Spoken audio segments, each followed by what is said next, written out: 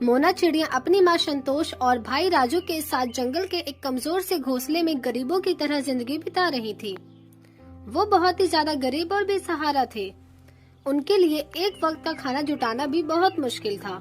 संतोषी चिड़िया कहीं काम मांगने जाती थी तो उसे पारुल तोती बेइज्जती करके कहती थी, पारुल, अरे जा जा, तुम जैसे भूखे मरियल के लिए हमारे पास काम नहीं है। आधी से ज्यादा तो तू बीमार रहती है, क्या खाक काम करेगी भिखारन कहीं की। चले जाए यहाँ से। संतोषी, अरे मालकिन, ऐसा मत कहिए, कोई तो काम दे दीजिए जिससे मैं अपने बच्चों को 2 वक्त का खाना खिला पाऊँ। पारुल, जाकर किसी और का दरवाजा खटखटा, मेरे पास कुछ काम नहीं है। ये सुनकर संतोष चिड़िया परेशान होकर और भी जगह काम मांगने जाती है, पर उसे कहीं भी काम नहीं मिलता। अपनी माँ को इस तरह परेशान देखकर मोना कहती है, मोना, मैं माँ को इस तरह नहीं देख सकती, मुझे तो कोई काम ढूंढना ही होगा। ऐसे बोलकर मोना भी गोगी सेठ कौवे के पास जाकर कहती है, मोना, सेठ जी, मुझे कोई काम दे दीजिए, मुझे काम की बहुत जरूरत है। मेरा छोटा भाई है और मेरी माँ बीमार है, बस मुझे इतना सा एहसान कर दीजिए। सेठ, अरे मेरे पास कोई काम नहीं है, चले जाए यहाँ से। मोना, सेठ जी रहम करो। सेठ, मेरे पास काम नहीं है, कहा ना मैंने, अगले महीने आना। ऐसा बोलकर सेठ भी भगा देता है। मोना को कुछ समझ नहीं आता। घर के हालात को संभालने के लिए वो काम ढूंढती है, लेकिन 3-4 दिन तक उसे कोई काम नहीं मिलता है। मोना, अगर ऐसे ही चलता रहा तो क्या होगा? वो तो जैसे तैसे भीख मांग के मैंने माँ को खिला दिया, लेकिन मुझे अपने परिवार को संभालना ही होगा और नया घर भी तो बनवाना होगा ताकि आंधी तूफान से मेरी माँ और अपने भाई को सुरक्षित रहे। पर उसके लिए मुझे पैसे चाहिए, कहीं और जाकर देखती हूँ, शायद काम मिल जाए। ये बोलकर काम ढूंढने जाती है कि बिजली के तारों में आकर उसकी मृत्यु हो जाती है, जिससे संतोष और उसका भाई बेहद टूट जाते हैं और कहते हैं, संतोष, हे भगवान, अब क्या होगा मेरा? मेरी बेटी भी मुझसे दूर चली गई, क्यों आपने मेरी बेटी मुझसे छीन ली? जब संतोष रो रही थी तब उसकी बेटी चिड़िया की आत्मा इच्छा पूरी न होने से भटक रही थी और कहती है, मोना, माँ तो रो रही है, माँ को चुप कराना होगा। माँ चुप हो जाओ, मुझे इनके लिए कुछ करना होगा। मोना चिड़िया अपनी माँ के आंसू पोंछने की कोशिश करती है, लेकिन ना वो छुपाती है, ना कोई उसे देख पाता। तभी वो कहती है, मोना, हे भगवान, ऐसा मत करो, कम से कम इतनी शक्ति दे दो जिससे मैं पैसे कमाकर अपनी माँ के लिए घर बनवा दूं। तभी आसमान से रोशनी उस पर आती है, जिससे वो औरों को दिखाई देगी, लेकिन एक नए रूप में। ऐसे करके वो काम ढूंढती है और कौवे सेठ के घर जाकर उसे सामान उठाने का काम मिल जाता है, जिससे वो मेहनत करती है। फिर वो कुछ बोरियां उठाकर उसके घर में रखती है, जिससे 15 दिन काम करने के बाद उसे पैसे मिल जाते हैं और वो कहती है, मोना, शुक्रिया भगवान जी, आपने इतने पैसे दे दिए, अब मैं इनसे नया घर बनवा दूंगी। मोना चिड़िया की आत्मा एक नया घर बनवा लेती है। साथ ही वो कौवा सेठ के घर पर और मेहनत करती है और पैसों को इकट्ठा करके संतोष के सामने जाकर कहती है, मोना, माँ ये लो पैसे और मेरे साथ एक जगह चलो। संतोष, अरे कौन हो तुम और मुझे माँ क्यों बोल रही हो?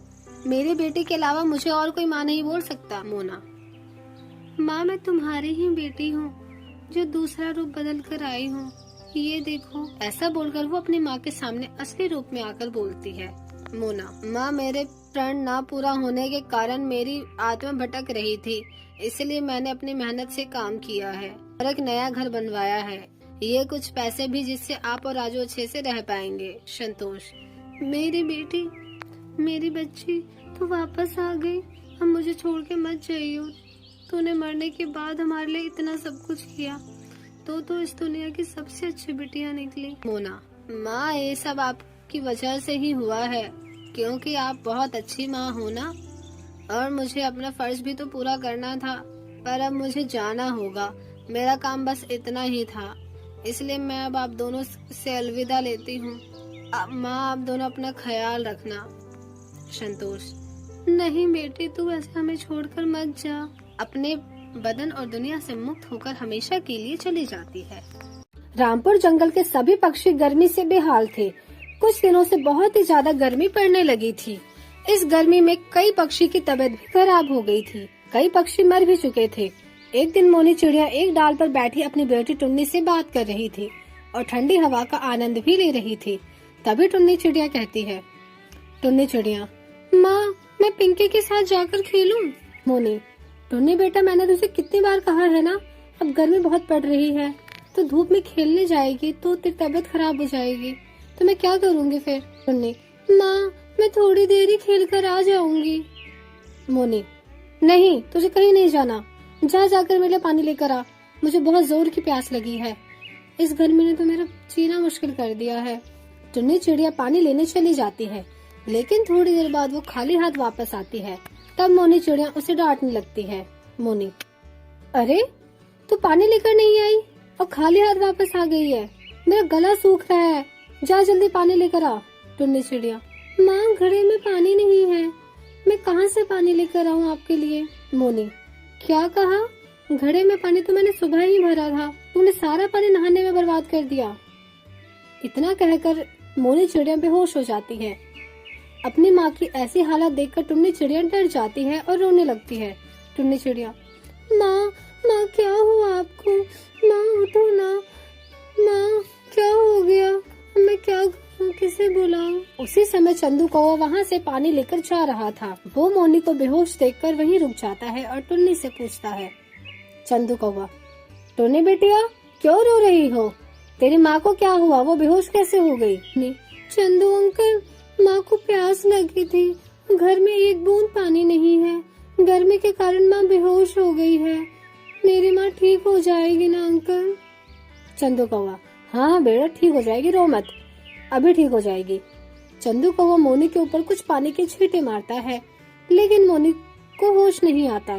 टुन्नी चिड़िया, अंकल, लगता है माँ को डॉक्टर के पास ले जाना होगा। फिर चंदू कौवा और टुन्नी चिड़िया मोनी को हॉस्पिटल लेकर जाते हैं।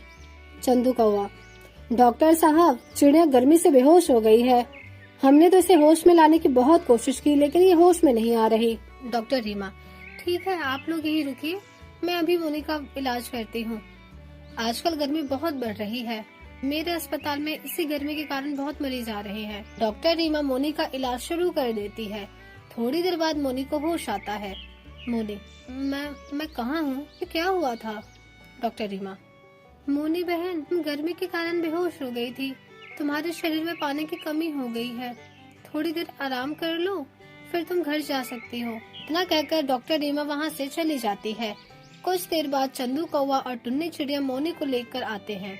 मोनी, चंदू भैया, अगर आप समय पर नहीं आए होते तो इस गर्मी में मैं भी मर गई होती, आज आपके कारण ही मेरी जान बची है। चंदू कौवा, मोनी बहन, बचाने वाला तो ऊपर वाला है, गर्मी बहुत है, आप अपना और अपनी बेटी का ध्यान रखो और पानी भी खूब पिया करो, ये लो पानी, आज इसी से काम चला लो। पानी देकर चंदू कौवा वहाँ से चला जाता है और टुन्नी चिड़िया अपनी माँ से माफी मांगती है। टुन्नी चिड़िया, सब मेरी गलती है माँ, अगर मैंने पीने वाले पानी से नहीं नहाया होता तो आपकी तबीयत नहीं बिगड़ती, इससे मैं पानी बर्बाद नहीं करूँगी। टुन्नी चिड़िया अपनी बेटी को माफ कर देती है। फिर टुन्नी अपनी माँ को पंखों से हवा करने लगती है। एक दिन बहुत जोरों से बारिश हो रही थी, ये देखकर जंगल के सभी पक्षी खुशी से झूमने लगते हैं और इस तरह से जंगल के सभी पक्षी को गर्मी से राहत मिली और सभी खुशी खुशी रहने लगते हैं।